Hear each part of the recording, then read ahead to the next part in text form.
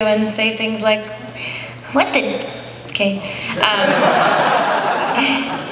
and you know, black chick's tongue and things like that. So that's always fun for me since I do kid stuff all day, but I do like doing all of it. There's something fun about everything that I get to do.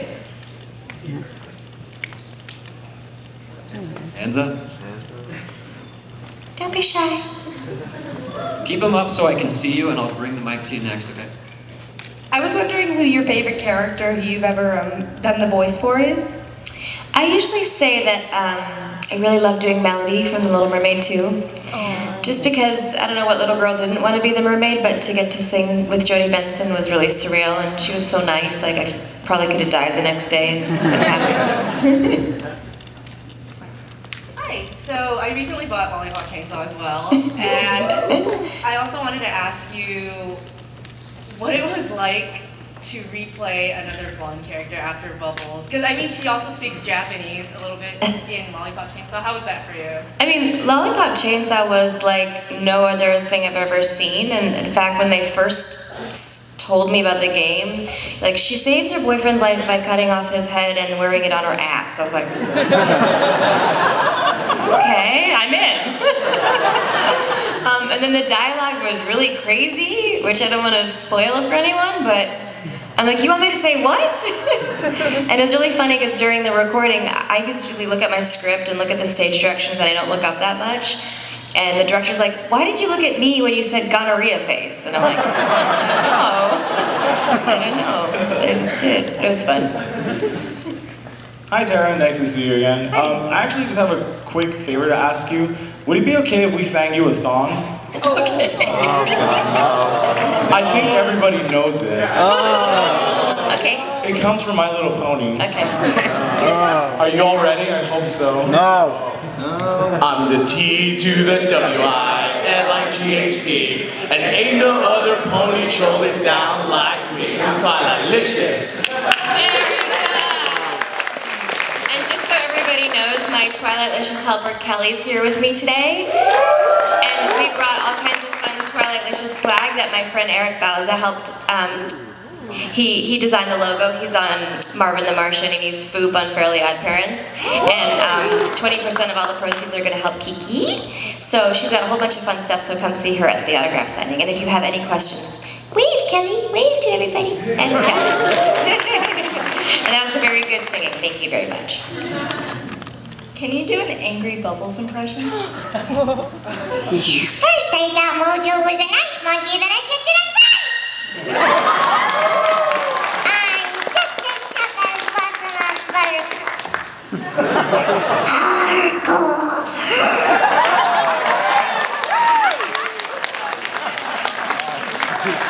If you had the chance to play the voice of any classic cartoon, video games, or whatever, which ones would you immediately jump at? Ooh, classic, I'd have to say, it'd be fun to be on the Jetsons, it'd be fun to be Judy, or one of the Flintstones, and then more recently, it would have been fun to be on the Simpsons, because that was a nice paycheck. Hi, a couple of months ago I was asked to prom, but in a really cool pony way, and I wanted to know if you can read the Twilight part in her voice. Okay, I guess.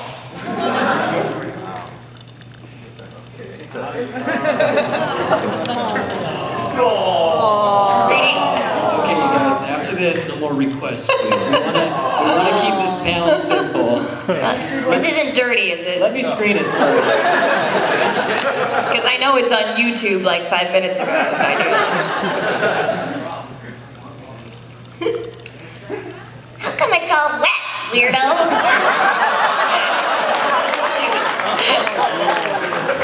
Sorry, that was me. Okay, this whole thing, that's what you want to read? The Twilight part, please. The Twilight part? Please. Where it says, but there's a small problem? Yes. Okay. But there's a small problem. All the books say that it's customary for mayor to have the date escorter to these kinds of things. But I don't have one yet, and the clock is ticking! Is that what you wanted me to say? Yes, thank you. Did you say yes? Okay, good. So, Tara, I've noticed that a lot of the voices that you do Hi. A lot of the voices that you do are very high pitched, they're very loud. What techniques do you use to help conserve your voice so that you can continue singing? You know, the high-pitched stuff doesn't hurt me. Like when I was doing Terrence from Foster's Home, like, Blueface, don't be a dweeb. I was like, ow! It's the lower stuff that tends to hurt. But the higher stuff doesn't, it's just where I'm pitched, it doesn't hurt my voice. But like anything else in voiceover, if you're sick or you lose your voice, you're not working. And so the only thing I can say is if you're doing a video game and they're asking for a lot of screaming, that you save it to the end so that you can do all the dialogue first, because they'll always say, can we have like 10 more death sounds? You're like, you know, you're kind of dead by the end. But and if you've got like a singing thing the next day, you kind of want to time it around something that's going to be a lot of screaming. But the high-pitched stuff, it's pretty easy for me. Are there any future projects are you working on that you can't reveal here? Well, you know, we just released that Teen Titans is coming back.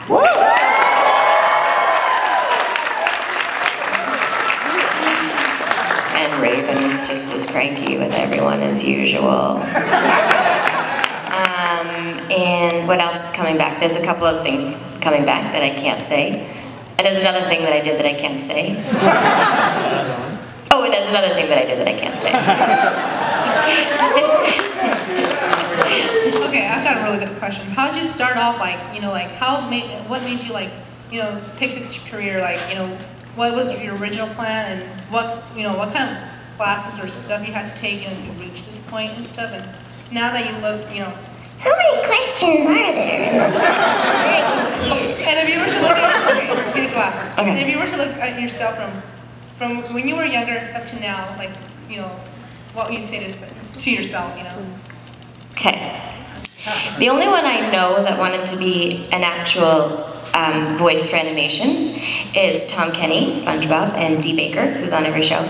All of us sort of fell into it, being actors. I knew when I was 5 years old that I wanted to sing and act, and most of us are singers, which is important. You need to have a good ear so that you can copy accents and do impressions and be able to hear exactly what the directors are looking for. So my first animated job was Hello Kitty, and I was 13, and it was just another audition. I didn't even know that was going to be a career.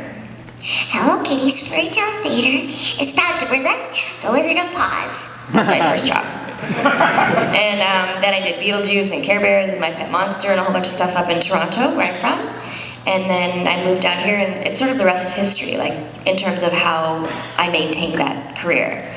And I guess I'd say to my little self, keep making funny voices, because I always did. My sister and I had like a fake radio station, and I used to do like the voices of my toys or my pets. Like we had a rabbit, and I used to hold the rabbit to my sister and go, I hate you, but I love Tara, she's so cool.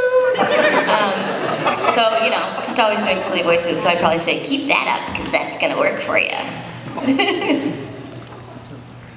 Yeah, could you give us, say, an impression of Gizmo? Oh, from Titans? Yeah. I gotta think of something that I had said. Spoiler, I just did him. I'm trying to think what I said though. I'm trying to remember what I said for you. I'll give you guys a little spoiler. What did I say? I can't remember what I said, but it was something weird. I don't mean to not give you a spoiler, I really can't remember. Sorry. You've played a lot of different characters of all sorts of ages and voice types. How do you always make yourself sound like a different person? Oh, that's a good question. You know, people always ask me, like, do you confuse it when you go to different jobs? And I don't, just because once I create a character, they live in my head. The only thing I can say is, when you have an audition, they'll give you a drawing of the character and a character description, and they'll tell you about this character, and then you'll get a small part of the script. And you kind of have to think what you think they want it to sound like, and then be prepared to be their Play-Doh and do whatever they want you to do. And then once that character is set, it just lives there. So if they say to me, can you do Timmy on this show? I'll say no, because Timmy already lives on the Fairly Odd Parents. So I'll just tweak it a little bit to give it something different. And I remember once I was doing a Rugrats, and the guy drew Baby Dill doing some really inappropriate, crazy things, and he did it so fast that it was a great drawing. And I'm like, how do you do that? And he said, how do you do what you do? And I went, okay. It's just what I do. All right, Tara, this question regards because I know in one of the Cartoon Network video games you did also the voice of Buttercup, and I think you probably voiced over for a lot of other people's characters. Does it ever feel weird you're doing a character's voiced by another voice actor? Yeah, I mean, when I took over for Harley Quinn, that was some big shoes to fill, so that felt weird to me also because I was Batgirl alongside Arlene doing Harley, so I didn't want to disappoint her or the fans, and within the voiceover community sort of have to say, we want you to do this role, and it happens. I mean, other people have played Batgirl, so it's hard, but I just always kind of try to do my best and not disappoint anyone. Thanks. So have you done any voices for Japanese animation? Like for video games or for TV shows? Or is it mostly Western? I've done some both.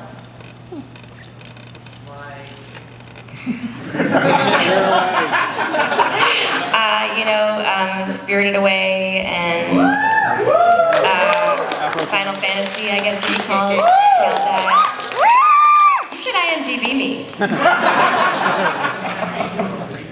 Yeah, I think I was Riku. Oh yeah. Hi. Hey. I just was kind of curious, how you came up with the voice for Troubles, because it was so. It's your voice, that one voice that stands out among. Honey, we got an order, huh? Does my butt look fat? They originally said they wanted it from Carol Kane when she did Princess Bride, was it? Where she's like, love, whatever they're talking about. So I just copied her and then just made her a little bit more Yiddish booby. And just thought of her as a little bit fatter, I guess. I don't know, that's a fun show. I miss that show. I hear Nikki sounds so different now, so we could never do more of those.